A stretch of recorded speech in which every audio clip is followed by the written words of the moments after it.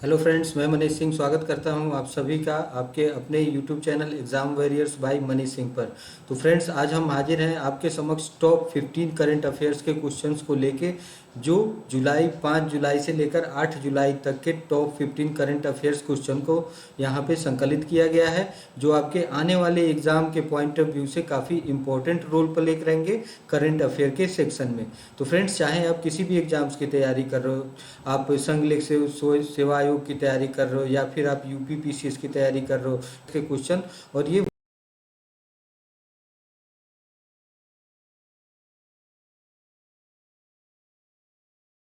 One day exams के लिए भी काफ़ी इम्पोर्टेंट है।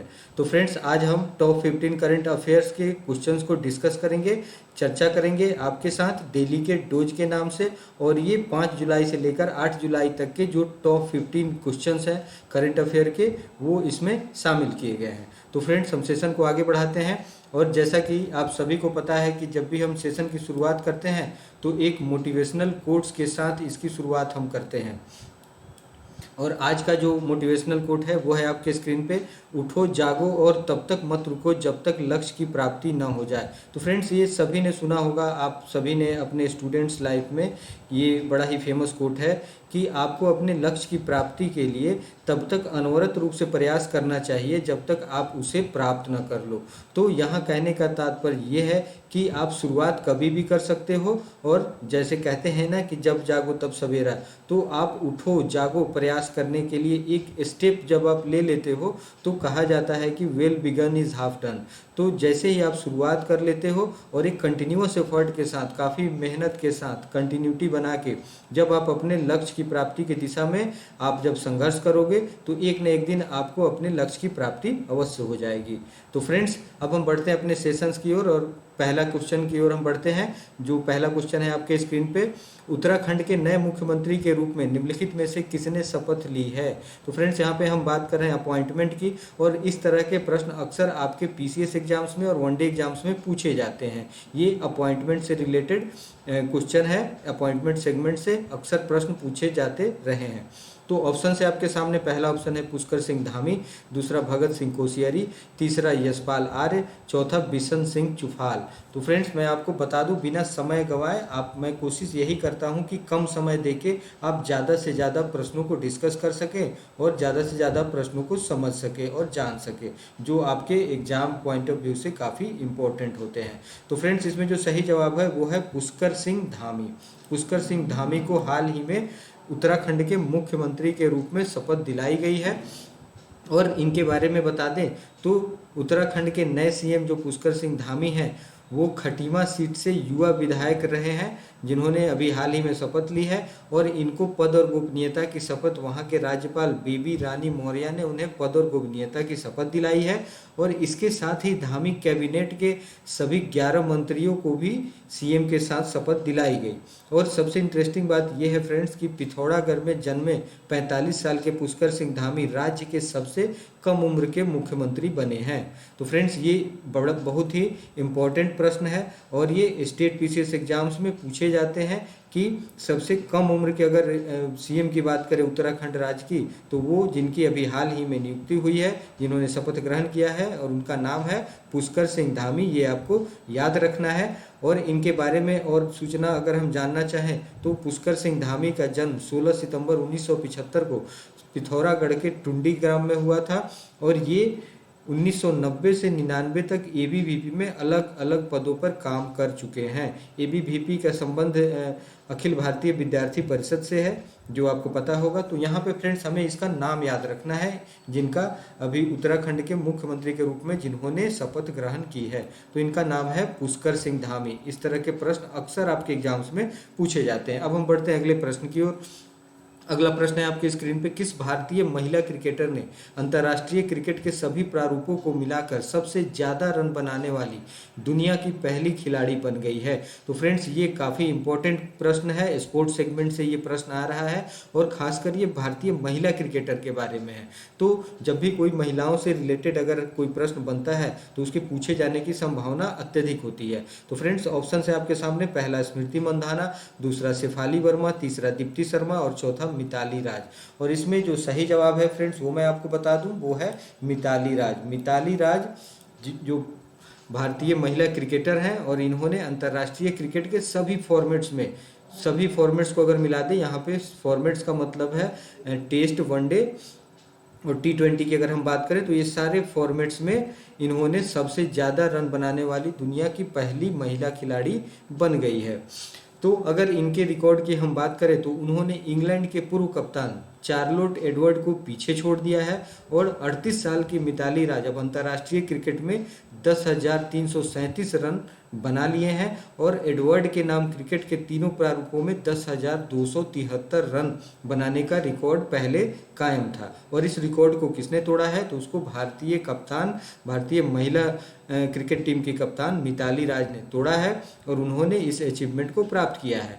और इस सूची में अगर हम देखें तो न्यूजीलैंड की सूजी बेट्स 7,849 अंकों के साथ तीसरे स्थान पर काबिज है। तो फ्रेंड्स इसमें अगर हम रैंकिंग की बात करें तो पहले स्थान पर मिताली राज है जो भारतीय कप्तान है भारतीय महिला क्रिकेट टीम की, और दूसरे नंबर पे हैं इंग्लैंड की जो पूर्व कप्तान है चार्लोट एडवर्ड, वो दूसरे नंबर पे है, और तीसरे नंबर पे अगर हम बात करें तो न्यूजीलैंड की सूजी बेट्स है।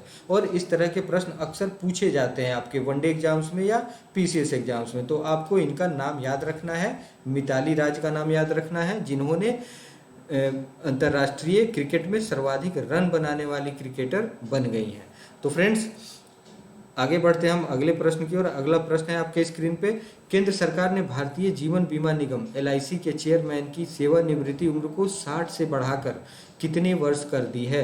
तो फ्रेंड्स यहाँ पे हम बात कर रहे हैं सेवानिवृत्ति की आयु LIC के चेयरमैन की, जो LIC के अध्यक्ष होते हैं, तो उनके सेवानिवृत्ति की जो आयु है वो 60 साल से बढ़ाकर कितने साल कर दी गई है। तो ऑप्शन है आपके सामने, पहला ऑप्शन है 65 वर्ष, दूसरा 62 वर्ष, तीसरा 68 वर्ष और चौथा 64 वर्ष। तो फ्रेंड्स इसमें जो सही जवाब है वो है 62 वर्ष। 2 वर्ष की बढ़ोतरी की गई है LIC के चेयरमैन के सेवानिवृत्ति की आयु में। तो केंद्र सरकार ने हाल ही में ये फैसला लिया है कि भारतीय जीवन बीमा निगम के चेयरमैन की सेवानिवृत्ति की आयु 60 साल से बढ़ाकर 62 साल कर दी जाएगी। और इसके लिए भारतीय जीवन बीमा निगम के जो नियमन है उसके 1960 में संशोधन किया गया है। जो 1960 का जो नियमन है उसमें संशोधन करके 2 साल का जो एक्सटेंशन दिया गया है कि इनके सेवानिवृत्ति की जो आयु है वो 60 साल से बढ़ाकर 62 वर्ष कर दी गई है।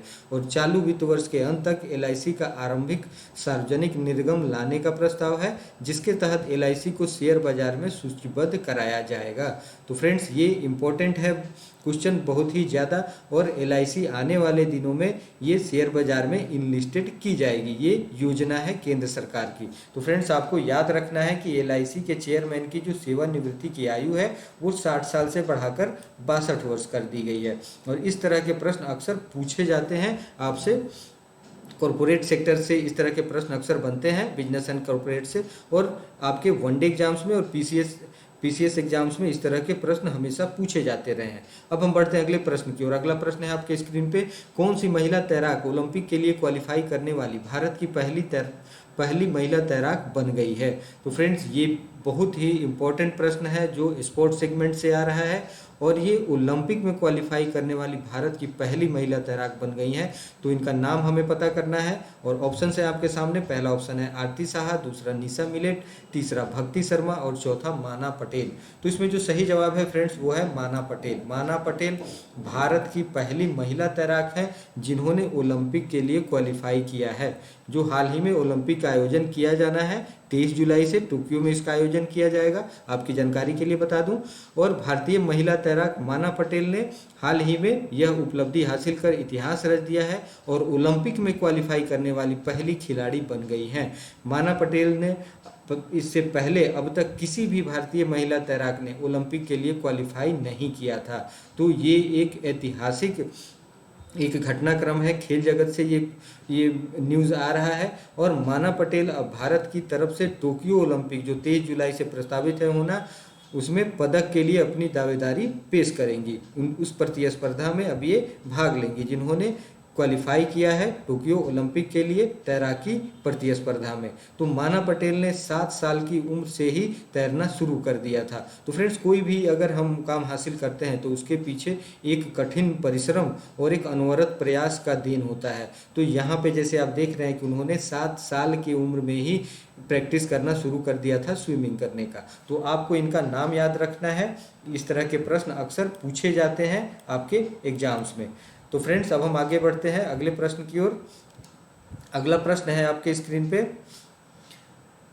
अगला प्रश्न हम देखेंगे, हाल ही में अमेरिकी अंतरिक्ष एजेंसी नासा ने अपने near earth object wide field infrared survey explorer, जिसे हम एक एक्रोनिम्स के रूप में नियोवाइज कहते हैं, ये एक टेलीस्कोप है, इसके कार्यकाल में कितने वर्ष का विस्तार किया गया है, कितने वर्ष का एक्सटेंशन किया गया है इसके कार्यकाल में।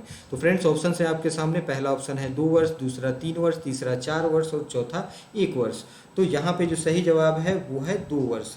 2 वर्ष का एक्सटेंशन किया गया है नियोवाइज टेलीस्कोप के कार्यकाल में।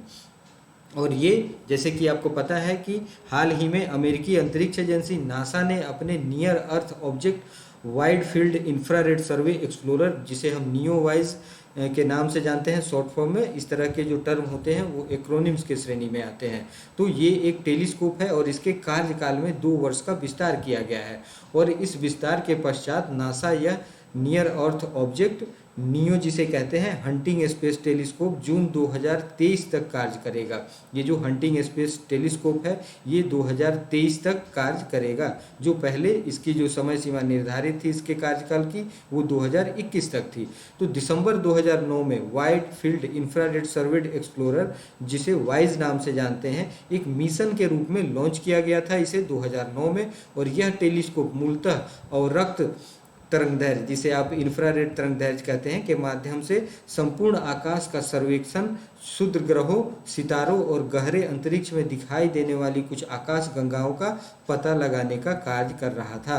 तो फ्रेंड्स, ये काफ़ी इंपॉर्टेंट क्वेश्चन है जो साइंस एंड टेक के सेगमेंट में इस तरह के प्रश्न पूछे जाते हैं और आपको इसका नाम याद रखना है। इसके एक्रोनिम्स को भी कभी कभार पूछ दिया जाता है आपके एग्जाम्स में कि इसका एक्सटेंडेड फॉर्मेट क्या है।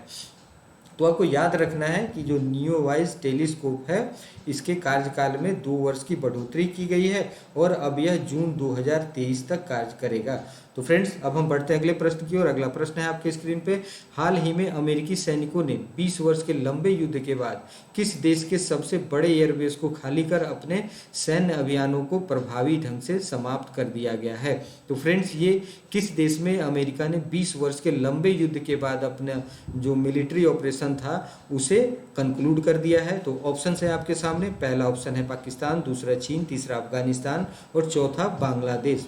तो फ्रेंड्स, इसमें जो सही जवाब है वो है अफगानिस्तान। अफगानिस्तान से हाल ही में अमेरिका ने अपने सैनिकों को 20 वर्ष के लंबे युद्ध के बाद अफगानिस्तान के सबसे बड़े एयरबेस को खाली कर दिया है और सैन्य अभियानों को प्रभावी ढंग से समाप्त कर दिया है। और अगर इसके हम बात करें, इस घटनाक्रम के पीछे थोड़ा इतिहास के पन्नों में जाते हैं तो फ्रेंड्स, ये जो आपको घटना याद होगा 9/11 की जो घटना वर्ल्ड ट्रेड सेंटर पे की गई थी, आतंकवादी हमला था ये 11 सितंबर 2001 को अमेरिका में जो वर्ल्ड ट्रेड सेंटर पे हमला किया गया था उसमें लगभग 3000 लोगों की जान चली गई थी। और अफगानिस्तान से अमेरिकी सेना की वापसी ने युद्ध के मैदान में शक्ति संतुलन को बदलते हुए इसे तालिबान के पक्ष में ला दिया है। तो फ्रेंड्स, ऐसा माना जा रहा है कि अमेरिकी सेना की वापसी के साथ ही तालिबान फिर से अपना जो वजूद है वो कायम करने की कोशिश करेगा, क्योंकि अमेरिकी सेना उसे मुंहतोड़ जवाब दे रही थी अभी तक। और जब ये अपने सैनिक ऑपरेशंस को, सैनिक अभियान को समाप्त कर दिया है तो इससे तालिबान के पक्ष को थोड़ी सफलता मिल सकती है, ऐसा कयास लगाया जा रहा है। तो फ्रेंड्स, ये आपको याद रखना है कि अमेरिकी सैनिक 20 वर्ष के बाद किस देश से लंबे युद्ध के बाद अपने सैनिक अभियान को प्रभावी ढंग से समाप्त कर दिया गया है, तो वो देश है अफगानिस्तान। अफगानिस्तान से इसने अपने मिलिट्री ऑपरेशंस को अभी हाल ही में कंक्लूड कर दिया गया है। तो फ्रेंड्स ये आपको याद रखना है, इस तरह के घटनाक्रम से प्रश्न अक्सर आपके एग्जाम्स में पूछे जाते हैं। जो आपके अपकमिंग एग्जाम्स हैं और करंट अफेयर्स के सेक्शन में इस तरह के प्रश्न काफ़ी इंपॉर्टेंट रोल प्ले करते हैं। अब हम बढ़ते हैं अगले प्रश्न की ओर। 23 जुलाई को होने वाले टोक्यो ओलंपिक के उद्घाटन समारोह में भारतीय दल के ध्वजवाहक के रूप में निम्नलिखित में से किसे चुना गया है। तो फ्रेंड्स यहाँ पे हम बात कर रहे हैं टोक्यो ओलंपिक की, जो 2020 में होने वाली थी, लेकिन कोरोना महामारी की वजह से, जब ये ग्लोबल पैंडेमिक की वजह से जब चीज़ें अपने टाइम पे जो शेड्यूल की गई होती थी वो नहीं संपन्न हो पाई, तो इसे 2021 में 23 जुलाई से प्रस्तावित किया गया है टोक्यो ओलंपिक की। तो इसमें हम बात कर रहे हैं कि भारतीय दल के ध्वजवाहक के रूप में किसे चुना गया है।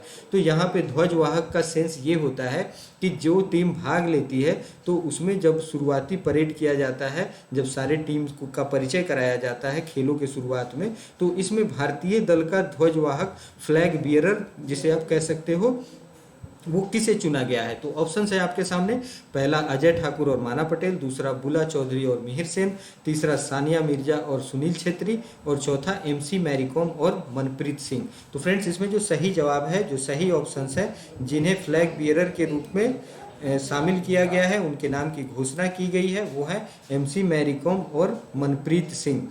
तो 6 बार की विश्व चैंपियन मुक्केबाज मैरीकॉम, इनका नाम सभी जानते हैं, ये बॉक्सिंग मुक्केबाज हैं और इन्होंने काफ़ी पदक भी हासिल किए हैं। और पुरुष हॉकी टीम के कप्तान मनप्रीत सिंह को, दोनों को संयुक्त रूप से ध्वजवाहक के रूप में टोक्यो ओलंपिक्स के उद्घाटन समारोह में भारत के फ्लैग बियरर इन दोनों को नामित किया गया है। और इन खेलों में भारत की तरफ से पदक के सबसे बड़े दावेदारों में से एक पहलवान बजरंग पुनिया 8 अगस्त 2021 को समापन समारोह में भारतीय ध्वजवाहक की भूमिका निभाएंगे। तो फ्रेंड्स ये जो ओलंपिक गेम्स होते हैं इसमें ये परिपाटी रही है, एक परंपरा रही है कि उद्घाटन समारोह में जो देश इसमें भाग लेते हैं इन प्रतिस्पर्धाओं में, तो उद्घाटन समारोह में फ्लैग बियरिंग की एक परंपरा है। और फिर बाद में जब कंक्लूजन होता है इस इवेंट का, तो उसके बाद भी फ्लैग बियरिंग किया जाता है समाप्ति के समय, जब समापन समारोह को आयोजित करते हैं। तो भारत की तरफ से इन 2 नामों को प्रेषित किया गया है और इनका नाम है MC मैरीकॉम और मनप्रीत सिंह। जो MC मैरीकॉम है ये एक विश्व चैंपियन मुक्केबाज रह चुकी हैं और हॉकी टीम के कप्तान मनप्रीत सिंह हैं। तो इनका नाम आपको याद रखना है। इस तरह के प्रश्न अक्सर स्पोर्ट्स सेगमेंट से पूछे जाते हैं आपके एग्जाम्स में। तो फ्रेंड्स हम बढ़ते हैं अगले प्रश्न की ओर। अगला प्रश्न है आपके स्क्रीन पे, हाल ही में किस देश ने बेहतर मौसम पूर्वानुमान के लिए एक नया उपग्रह FY3E लॉन्च किया है। तो फ्रेंड्स ये उपग्रह का नाम है FY3E और इसे मौसम पूर्वानुमान के लिए किस देश ने हाल ही में लॉन्च किया है ये हमें पता करना है। और ऑप्शन है आपके सामने, पहला ऑप्शन है चीन, दूसरा नेपाल, तीसरा रूस और चौथा भारत। तो ये FY3E जो मौसम पूर्वानुमान के लिए जो उपग्रह छोड़ा गया है ये चाइना का उपग्रह है, इसे आपको याद रखना है। FY3E चीन से संबंधित है, ये एक उपग्रह है जो मौसम पूर्वानुमान के लिए काम में लाया जाएगा। और चीन ने इसका जो परीक्षण किया था सफलतापूर्वक वो 5 जुलाई को किया था। और यह देश की मौसम पूर्वानुमान क्षमता को बढ़ाने के अलावा विश्व के बर्फ से ढके हिस्से और समुद्र की सतह के तापमान की भी निगरानी करेगा।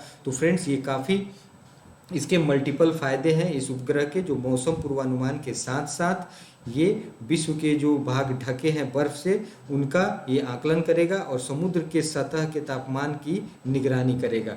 तो FY3E नाम का यह उपग्रह असैन्य सेवा के लिए सुबह के समय के लिए विश्व का पहला मौसम उपग्रह होगा और यह 8 साल तक अपनी सेवा प्रदान करेगा। तो फ्रेंड्स इसमें आपको इस देश का नाम याद रखना है। जब भी आपसे प्रश्न पूछा जाए कि FY3E नामक सैटेलाइट किस देश से संबंधित है, तो वहाँ आपका जो आंसर होगा वो चीन होगा, इसे आपको याद रखना है। अब हम बढ़ते हैं अगले प्रश्न की ओर। अगला प्रश्न हम देखते हैं। ये FY3E नामक उपग्रह आप समझ गए होंगे कि ये चीन से संबंधित है। और अगला प्रश्न है आपके स्क्रीन पे, भारतीय रिजर्व बैंक RBI ने बैंकों में साइबर सुरक्षा संरचना से जुड़े निर्देशों के कुछ प्रावधानों का पालन नहीं करने को लेकर हाल ही में पंजाब एंड सिंध बैंक पर कितने लाख रुपए का जुर्माना लगाया है। तो फ्रेंड्स आप सबको पता है कि जो भारतीय रिजर्व बैंक है ये एक एपेक्स मॉनिटरी इंस्टीट्यूशन है, इंडिया की एक सबसे बड़ी वित्तीय संस्था है। और इसके कुछ गाइडलाइंस होते हैं, इसके कुछ निर्देश होते हैं। अगर अन्य बैंक इसके निर्देश को पालन नहीं करते हैं तो उन पे जुर्माना लगाने का अधिकार भारतीय रिजर्व बैंक के पास होता है। तो फ्रेंड्स ये राशि कितनी है ये हमें पता करना है। तो ऑप्शन है आपके सामने, पहला 15 लाख रुपए, दूसरा 35 लाख रुपए, तीसरा 25 लाख रुपए और चौथा 20 लाख रुपए। तो इसका सही जवाब है फ्रेंड्स 25 लाख रुपए। 25 लाख रुपए जुर्माना लगाया गया है पंजाब एंड सिंध बैंक पे भारतीय रिजर्व बैंक के द्वारा। और ये जुर्माना किस लिए लगाया गया है, तो बैंकों में साइबर सुरक्षा संरचना के जो प्रावधान होते हैं उसके पालन करने में कोताही बरती गई है पंजाब एंड सिंध बैंक के द्वारा, और इसी के एवज में उसे दंड स्वरूप 25 लाख रुपए का जुर्माना लगाया गया है।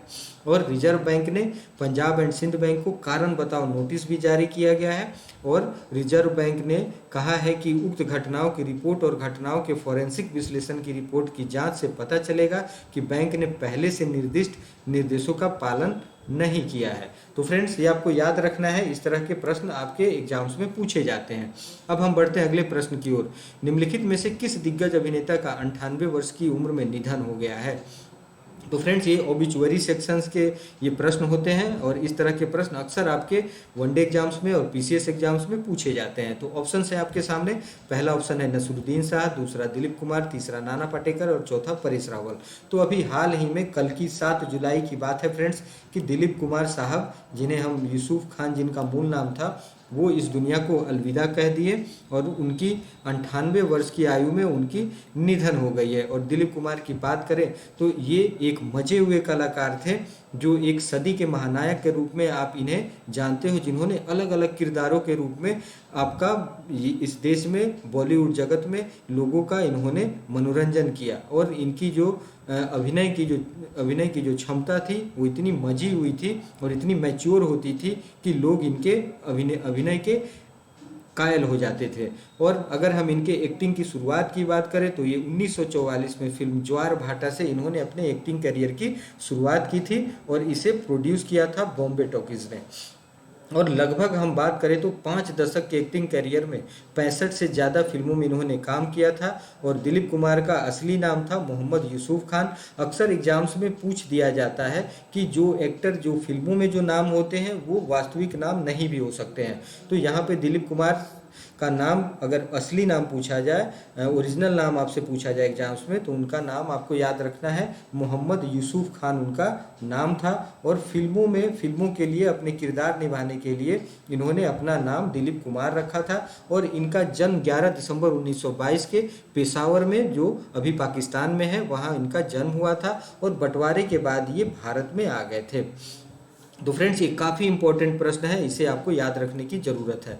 अगला प्रश्न हम देखते हैं, कर्नाटक का राज्यपाल निम्नलिखित में से किसे नियुक्त किया गया है। तो फ्रेंड्स ऑप्शन है आपके सामने, पहला ऑप्शन है थावरचंद गहलोत, दूसरा हरिबाबू कंभनपति, तीसरा है मंगू भाई छगन भाई पटेल और चौथा है राजेंद्र विश्वनाथ अर्लेकर। तो इसमें जो सही आंसर है फ्रेंड्स वो है थावरचंद गहलोत। थावरचंद गहलोत को हाल ही में कर्नाटक के राज्यपाल के रूप में इनकी नियुक्ति की गई है। और गहलोत सामाजिक न्याय और अधिकारिता मंत्री हैं। राष्ट्रपति रामनाथ कोविंद ने मध्य प्रदेश और कर्नाटक समेत 8 राज्यों में नए राज्यपालों की नियुक्ति हाल ही में संपन्न की है। और इस तरह से देखा जाए तो एक साथ इतनी संख्या में राज्यपालों की नियुक्ति इससे पहले अगर देखी जाए तो अगस्त 2018 में 7 राज्यों में एक साथ राज्यपाल को बदला गया था। तो फ्रेंड्स ये स्टेट ओरिएंटेड क्वेश्चन है। इस तरह के प्रश्न अक्सर आपको स्टेट पीसीएस एग्जाम्स में पूछे जाते हैं, चाहे वो बीपीएससी का एग्जाम हो, जेपीएससी का एग्जाम हो या फिर उत्तर प्रदेश लोक सेवा आयोग की परीक्षा हो। अब हम बढ़ते हैं अगले प्रश्न की ओर। अगला प्रश्न है आपके स्क्रीन पे, दिल्ली के मुख्यमंत्री अरविंद केजरीवाल ने दिल्ली महिला आयोग दिल्ली कमीशन फॉर वीमेन की अध्यक्ष स्वाति मालीवाल और उनकी टीम का कार्यकाल कितने सालों के लिए बढ़ा दिया है। तो फ्रेंड्स दिल्ली महिला आयोग की अध्यक्ष स्वाति मालीवाल है और उनका कार्यकाल उनके टीम के साथ कितने साल तक और एक्सटेंड कर दिया गया है, ये आपका प्रश्न है। तो हमें पता करना है कि एक्सटेंशन कितने सालों के लिए मिला है। तो फ्रेंड्स ऑप्शन है आपके सामने, पहला ऑप्शन है 1 साल, दूसरा 2 साल, तीसरा 3 साल और चौथा 4 साल। तो इसमें जो सही जवाब है फ्रेंड्स वो है 3 साल। 3 साल के लिए दिल्ली महिला आयोग के अध्यक्ष और उनके पूरी टीम के कार्यकाल को एक्सटेंशन दिया गया है। और ये फैसला मुख्यमंत्री अरविंद केजरीवाल का है। और केजरीवाल ने कहा है कि दिल्ली महिला आयोग अपने काम को बेहतरीन तरीके से कर रहा है और इसे देखते हुए ही इसमें एक्सटेंशन दिया गया है। और गौरतलब है कि दिल्ली महिला आयोग का पुनर्गठन 2015-18 के लिए किया गया था। इसके बाद 2018 से 21 तक के लिए दूसरी बार कार्यकाल बढ़ाया गया और अब तीसरी बार 2021 से 2024 तक के लिए कार्यकाल 3 साल के लिए फिर से एक्सटेंशन दिया गया है। तो फ्रेंड्स ये आपको याद रखना है। अब हम बढ़ते हैं अगले प्रश्न की ओर। आईसीसी महिला वनडे रैंकिंग में निम्नलिखित में से कौन सी भारतीय बल्लेबाज पहले पायदान पर पहुंच गई है वनडे रैंकिंग में? फ्रेंड्स तो ये बहुत इंपॉर्टेंट क्वेश्चन है क्योंकि ये विमेंस क्रिकेट टीम से संबंधित है और ये पहले पोजीशन पे पहुंच गई है। तो ऑप्शन है आपके सामने। पहला ऑप्शन है स्मृति मंधाना, दूसरा शेफाली वर्मा, तीसरा दीप्ति शर्मा और चौथा मिताली राज। तो फ्रेंड्स इसमें जो सही जवाब है वो है मिताली राज। मिताली राज जो है वो ये भारतीय बल्लेबाज जो हैं ये रैंकिंग में पहले पायदान पर पहुंच चुकी है। आईसीसी महिला वनडे की रैंकिंग जो हाल ही में की गई है और उन्होंने लंबी छलांग लगाते हुए शीर्ष स्थान हासिल किया है। मिताली राज ने 4 स्थानों के सुधार के साथ शीर्ष 762 रेटिंग पर पहुंची हैं। और आपकी जानकारी के लिए बता दें कि इससे पहले मिताली साल 2018 में शीर्ष स्थान पर पहुंची थी। तो ये दूसरी बार है जब उन्होंने शीर्ष स्थान पर काबिज हुई हैं। तो फ्रेंड्स ये काफ़ी इंपॉर्टेंट सवाल है और जहाँ तक रैंकिंग की बात है तो ये समय समय पे पॉइंट्स के हिसाब से बदलती रहती हैं। तो फिलहाल आने वाले जो एग्जाम्स हैं उसके लिए ये याद रखने की ज़रूरत है कि अभी हाल ही में आईसीसी के महिलाओं की ताज़ा वनडे रैंकिंग में वो कौन सी खिलाड़ी है, महिला खिलाड़ी है जो शीर्ष स्थान पर काबिज है, नंबर 1 बल्लेबाज बन गई है। तो आपको इनका नाम याद रखना है। इनका नाम है मिताली राज जो भारतीय क्रिकेट टीम से महिला क्रिकेट टीम से संबंधित है। अब हम बढ़ते हैं अगले प्रश्न की और अगला प्रश्न है आपके स्क्रीन पे। खादी प्राकृतिक पेंट, खादी नेचुरल पेंट के ब्रांड एम्बेसडर निम्नलिखित में से किसे बनाया गया है? तो फ्रेंड्स यहाँ पे हम बात कर रहे हैं खादी नेचुरल पेंट की और ऑप्शन है आपके सामने। पहला ऑप्शन है राजनाथ सिंह, दूसरा नितिन गडकरी, तीसरा अमिताभ बच्चन और चौथा अमित शाह। तो इसमें खादी नेचुरल पेंट्स के लिए जो ब्रांड एम्बेसडर बनाया गया है वो नितिन गडकरी को बनाया गया है। ये आपको याद रखने की ज़रूरत है। और सूक्ष्म अगर हम बात करें इस नेचुरल पेंट्स के बारे में, इस उद्यम के बारे में, तो सूक्ष्म लघु और मध्यम उद्यम मंत्री नितिन गडकरी खादी प्राकृतिक पेंट के ब्रांड एम्बेसडर बन गए हैं। और उनके अनुसार ये कहा गया है कि युवा उद्यमियों को गोबर पेंट के उत्पादन के लिए प्रोत्साहित करने के उद्देश्य से देश भर में इस पेंट को बढ़ावा दिया जा रहा है। तो फ्रेंड्स ये आपको जानना चाहिए कि ये जो खादी प्राकृतिक पेंट है इसमें गोबर का इस्तेमाल किया जाता है जो इको फ्रेंडली भी है और गाय के गोबर से बनाया जाने वाला यह देश का पहला पेंट बनाने का संयंत्र होगा। तो फ्रेंड्स ये एक प्राकृतिक रूप से बढ़ावा देने के लिए पेंट को, जैसे कि आप सबको पता है कि पेंट्स वगैरह में हम देखेंगे तो तरह तरह के केमिकल इमल्सन्स वगैरह यूज़ किए जाते हैं। तो उसके दुष्प्रभाव से बचने के लिए इस नेचुरल पेंट खादी प्राकृतिक पेंट को बढ़ावा दिया जा रहा है जो गोबर से निर्मित किया जाएगा। और इस तरह का गोबर से बनाया जाने वाला यह देश का पहला पेंट बनाने वाला संयंत्र होगा। तो फ्रेंड्स ये काफ़ी इंपॉर्टेंट प्रश्न है, एक अच्छी पहल है, इसे आपको याद रखना है। ये आपके आने वाले जो भी एग्जाम्स है, अगर हम बात करें तो पीसीएस की एग्जाम्स या वनडे की एग्जाम्स, इन दोनों में समान रूप से महत्वपूर्ण है ये प्रश्न और आपको इसे याद रखने की ज़रूरत है। अब हम बढ़ते हैं अगले प्रश्न की ओर। हाल ही में किस देश ने चीन, थाईलैंड, कोरिया और 3 अन्य देशों से तांबे के कुछ उत्पादों के आयात पर एंटी डंपिंग ड्यूटी नहीं लगाने का फैसला किया है? तो फ्रेंड्स यहाँ पे ये कौन सा देश है जो एंटी डंपिंग शुल्क नहीं लगाने का फैसला किया है? तो फ्रेंड्स अगर हम बात करें एंटी डंपिंग ड्यूटी की तो इसमें होता ये है कि जिस देश से अगर हम कुछ चीज़ें आयात करते हैं तो उनका जो उस वस्तु का जो मूल्य होता है वो देश क्या करते हैं कि अपने यहाँ जो मूल्य, उनके लागत मूल्य होती है उससे कम पे ये चीज़ें प्रोवाइड कराते हैं, वस्तुएं प्रोवाइड कराते हैं। तो उससे क्या होता है कि जो घरेलू उद्योग हैं उस पर निगेटिव इम्पैक्ट पड़ता है और एक नकारात्मक प्रतिस्पर्धा होती है, इसलिए इस डंपिंग ड्यूटी को लगाया जाता है। तो फ्रेंड्स ऑप्शन है आपके सामने, पहला ऑप्शन है नेपाल, दूसरा बांग्लादेश, तीसरा भारत और चौथा पाकिस्तान। तो इसमें जो सही जवाब है फ्रेंड्स वो है भारत। भारत ने हाल ही में एंटी डंपिंग ड्यूटी नहीं लगाने का फैसला लिया है। और इसमें कौन कौन से देश शामिल हैं? तो इसमें चीन, थाईलैंड, कोरिया और 3 अन्य देश शामिल हैं जिनसे तांबे के कुछ उत्पादों के आयात पर एंटी डंपिंग ड्यूटी नहीं लगाने का फैसला किया गया है भारत सरकार के द्वारा। और डंपिंग का अभिप्राय किसी देश के निर्माता द्वारा किसी उत्पाद को या तो इसकी घरेलू कीमत से नीचे या उत्पादन लागत से कम कीमत पर किसी दूसरे देश को निर्यात करने से है, डंपिंग का जो अभिप्राय है। तो एंटी डंपिंग शुल्क डंपिंग को रोकने और अंतर्राष्ट्रीय व्यापार व्यवस्था में समानता स्थापित करने के लिए लगाया जाता है। तो इससे फ्रेंड्स, इससे होता क्या है कि इससे जो लागत का मूल्य होता है, इसमें जो प्राइस वार शुरू होती है, जो जिसका निगेटिव इम्पैक्ट घरेलू उद्योग पे पड़ता है, उसे रोकने के लिए इस तरह के शुल्क लगाया जाता है, इस तरह की ड्यूटी लगाई जाती है और अंतर्राष्ट्रीय व्यापार एक स्वस्थ माहौल में हो सके और एक समान रूप से हो सके, इसमें किसी तरह का भेदभाव नहीं हो। इसलिए इस तरह की व्यवस्था अंतर्राष्ट्रीय व्यापार व्यवस्था में समानता लाने के लिए किया जाता है। तो फ्रेंड्स, आज हमने टॉप 15 क्वेश्चंस का रिवीजन किया और इसे टॉप 15 क्वेश्चंस को हमने चर्चा किया आपके समक्ष। ये 5 से लेकर 8 जुलाई तक के जो टॉप क्वेश्चन थे करंट अफेयर्स के, जिनके परीक्षा में पूछे जाने की प्रबल संभावना है, उन पे हमने चर्चा की। और आशा करता हूं कि आप सभी इस सेशन को एंजॉय किए होंगे और आप समझ गए होंगे जो जो क्वेश्चन यहाँ पे हमने चर्चा की, और इसे आपको याद रखने की ज़रूरत है। और हम अनवरत रूप से, जैसे कि डेली के डोज से नाम से, टॉप 10 करंट अफेयर क्वेश्चन को हम रोज़ डिस्कस करते हैं। तो आज का सेशन हम यहीं पे समाप्त करेंगे और आपसे एक गुजारिश है कि आप इस चैनल को ज़्यादा से ज़्यादा शेयर करें, सब्सक्राइब करें, लाइक करें और इसके दायरे को बढ़ाने में कि हमारे साथ और भी जो मेंबर्स हैं, जो कंपटीटर्स हैं, जो एग्ज़ाम्स की तैयारी करते हैं, जो एस्पिरेंट्स हैं, वो हमारे इस चैनल से जुड़ सके और लाभान्वित हो सके। तो फ्रेंड्स, हम फिर कल हाजिर होंगे टॉप 10 करंट